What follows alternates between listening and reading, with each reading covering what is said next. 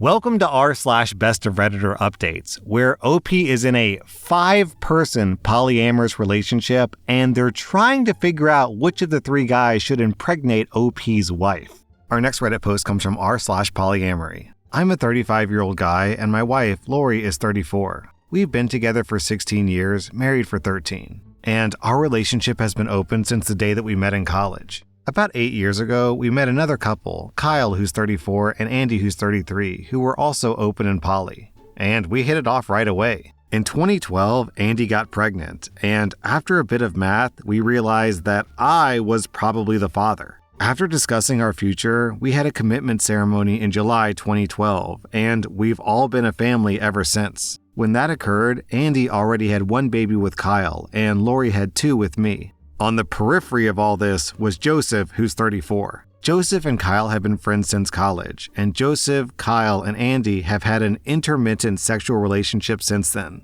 There was never anything serious there, but he was a regular third man in their threesomes. After the commitment ceremony, Joseph occasionally joined all of us for our bedroom fun, but it was again an intermittent thing and nothing serious. So it wasn't a huge surprise when Andy's baby turned out to be Joseph's and not mine. It was still a surprise, but it wasn't a problem. The baby was welcomed into our family, and Joseph became a more regular guest in our home. About a year after the baby was born, a few things happened that seriously changed things. First, both Andy and Lori got pregnant again. As we would later learn, Andy's baby really was mine this time around, and Lori's baby is Kyle's. Oh my god, you guys. Shortly after that, Joseph was involved in a very serious motorcycle accident. He was hospitalized for nearly 2 months, lost his job, lost his apartment, and needed a lot of help. We ended up moving him in with us as a temporary thing to help him out. That was a year and a half ago. He's still here. Kyle is happy to have his old friend around all the time. The women both like him a lot, and the intercourse is great between all of them. 3 days ago, Lori was hinting that she needed to talk about something serious, but didn't know how to broach it. After a bit of discussion, it came out. She wants to have 1 more baby, and not just anyone's baby. She wants to have Joseph's baby. She wants to go off the pill and have Kyle and I either abstain from sex with her or to have only condom-protected sex until Joseph gets her pregnant. When I asked her why, she just shrugged her shoulders and said that she loved him too, and that it was only fair. She said that Andy had a child by each of the 3 guys, and she wanted to have a baby by each of us too. After a bit more discussion, it came out that the idea was his, and that he was feeling left out because he didn't have a child with her. Putting aside the childish notion that babies should be created solely to placate someone's sense of fairness, I have a few serious problems with this. First, we already have 6 kids in the house, which is already a bit much at times. I thought we were all done having kids, and I'm not sure I really want any more. Second, there's no commitment to Joseph. Where the rest of us have gone through a commitment ceremony to join ourselves to each other, he hasn't. But the biggest is also the simplest. I don't really like the guy. Never have. He's got this odd vibe and has always struck me as a bit untrustworthy. He honestly reminds me of a shady used car salesman. He also drinks too much, is a bit of a bigot, and has a personality that I find grating. I don't object to him hanging around now and then because he was Kyle's friend, and I didn't have a problem with the intercourse because it was just intercourse, and I understood the history of their relationship. But now I'm wishing that I had. To be honest, I've long hoped that he would meet someone who wasn't into polyamory, just to get him out of our sex lives and relationship. When he moved in after the accident, I kept my mouth shut because they were just trying to be helpful, and the discussion about his long-term plans have always been alluded to the idea that he'd be moving out again someday. Whenever he really annoyed me, I would just tell myself that it was just temporary. Now I'm facing the possibility that this guy is going to be around forever. Kyle and Andy love the idea and think that Lori having Joseph's baby is romantic. Lori is looking to cement some kind of bond to him.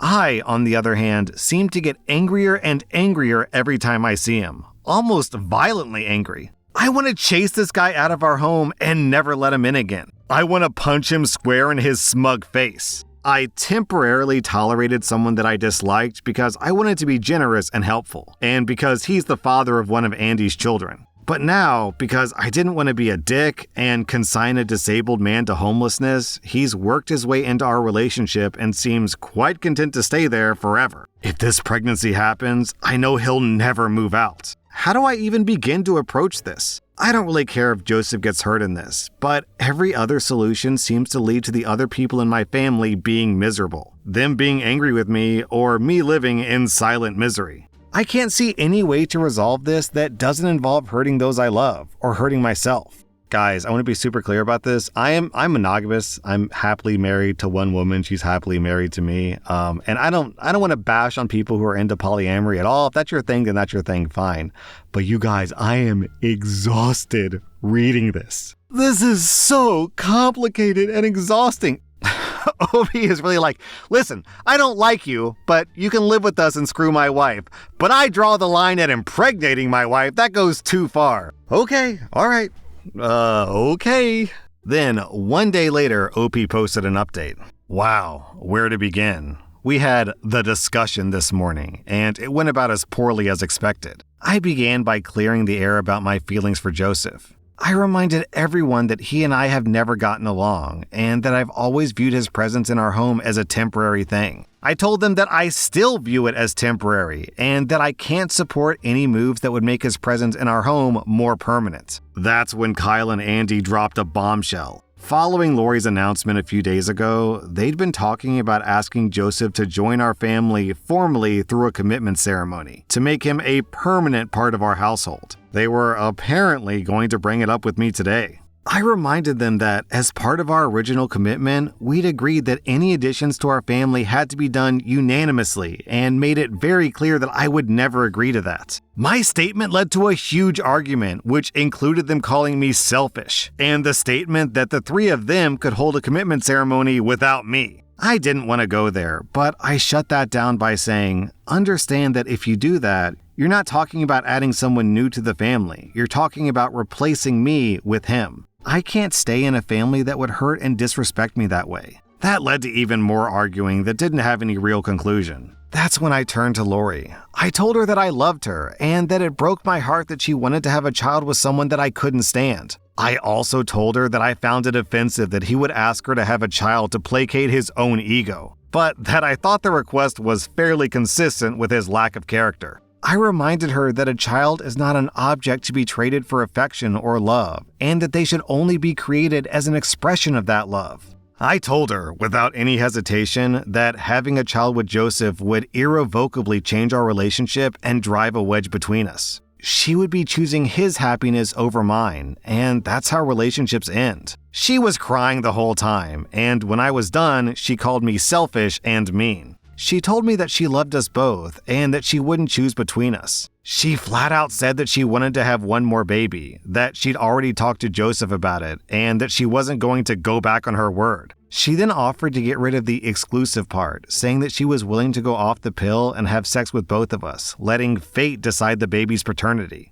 I told her this was unacceptable, reminded her that I'm her husband and family, and that he's not. And I said, that's not making a decision, she was actually making a choice. I told her that I'd be more than willing to have another child with her, but that having a child with Joseph would be the end of us. And then I went to work. The discussion didn't really change anything or lead to any firm decisions, but the information is now out there and everyone knows where everyone else stands. Then, one day later, OP posted an update. It looks like my family will be changing a bit, but things appear to be settling down. After Lori bawled her eyes out after reading my post, she apologized to me for everything, and we spent the night together. No sex, just holding each other all night. This morning, she asked me to not discuss this anymore until we got everything worked out, but she said that I could post one final update. So, first off, Joseph is moving out. Yep, it actually happened. And the shocking thing, it was his idea. He finally demonstrated some of that nice guy personality to me that I've never been able to connect with.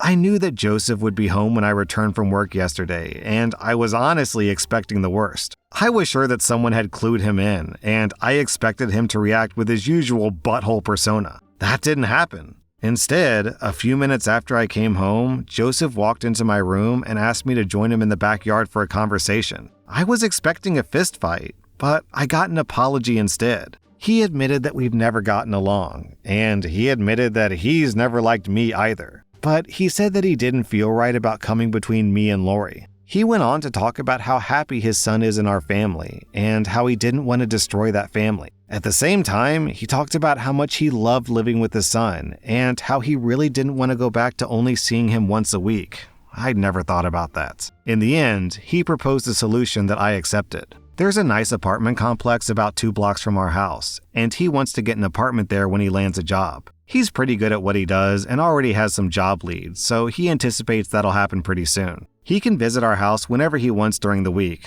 I'd be at work anyways, and he can spend up to 2 nights a week at my house to be closer to his kid. If he does it right, that could mean that he could still potentially see his son 7 days a week, while I only have to deal with him for 2. It's a great solution that gives us both what we want. He's also already told Lori that he doesn't want to have a baby with her, so that's now off the table. He actually admitted that he wanted to have a baby with Lori, but said that he didn't want to stick her in the middle of a conflict over it. And then we had a beer together. I didn't even complain when he handed me one of his piss water Coors Lights. Totally not kidding. This guy really does fit certain stereotypes. My low opinion of the guy went up a notch. As for Lori, she was a tearful mess for most of the day, apparently. And Joseph taking the baby off the table was fairly devastating for her. After I got home and we talked a bit, she unloaded her soul and let me know just how much she wants another baby and how much it hurt her that neither Kyle nor myself wants one with her. And then she felt even more hurt when neither of us even noticed how hurt she was over it. After several hours of talking, we came to an agreement. We're going to have one more baby, but we'll wait another year for it. And interestingly, she wants it to be mine. Not Kyle's, not Joseph's. Kyle apparently doesn't have a problem with that at all. So what about Lori's relationship with Joseph? Well, here's where polyamory and open relationships can get complicated. The commitment ceremony is off the table, but she still wants to date him and have some sort of a relationship with him. No babies, no pregnancy, just love and intercourse now and then. She won't ever sleep with him when he's staying over at our house, but she's still going to go on dates with him, visiting him at his place from time to time, and will be staying overnight on occasion, like maybe once a month. While I have to admit that I'm still not totally thrilled with that, it's really just going back to the relationship they had before he moved in with us, which I'll tolerate for her happiness. Andy, on the other hand, is a problem. She's still furious with me over all this and isn't showing any signs of backing down. In a way, it's understandable. She's had a sexual and emotional relationship with Joseph since she was 21 years old and is the mother of his child. So she was really looking forward to him becoming part of our family and was deeply hurt by my rejection. Kyle told me last night that she even talked about leaving the family over it and moving in with Joseph, but that it was just angry talk. Right now, I can only get cold stares and slam doors from her. I really don't know how this is going to resolve itself. But for the sake of our daughter, I'll never stop trying. I stuck her in the middle of a fight between the fathers of 2 of her children, 2 men she loves, and she's furious at me for even forcing the choice. It may take some time for both of us to work through it. Kyle is a bit of a different story. He admitted that he knew Joseph and that I didn't get along, and apologized to me for not talking to me sooner to make sure that I was okay with everything. He apparently blames himself for the arguing, thinking that it was his job to run interference since Joseph was originally his friend, and I'm a life partner in his family. I told him not to worry about it because it was my fault that I didn't bring it up myself. Then we had a beer. What's funny about this is an old post. This was posted right before the pandemic hit. And unfortunately, OP never replied again. That really was his last update, so who knows? You guys think they survived COVID? Not for me, man. Not for me. Our next Reddit post comes from Ask a Manager. I'm a younger person who's job searching for something full-time for the first time. I haven't been having a lot of luck, of course, due to the state of the world, but I recently got an interview where I made it all the way to the final round and was rejected.